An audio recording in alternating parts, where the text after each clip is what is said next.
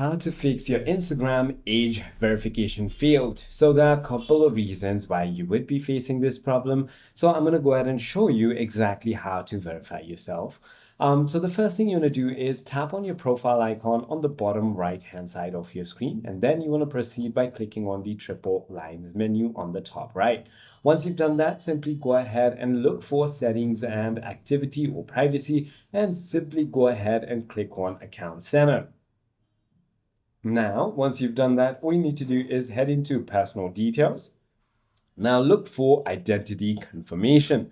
When you simply go ahead and tap on that, it is going to go ahead and let you upload an ID. Make sure that you upload a government ID, for example, driver's license, passport, or national ID, and make sure that whenever you're uploading it, it has no glares, no shadows, and make sure that it is the original document, no photocopies, no photos, okay? So once you simply go ahead and submit that, then I guarantee you that it is going to go ahead and verify your age. I hope this video clarifies everything.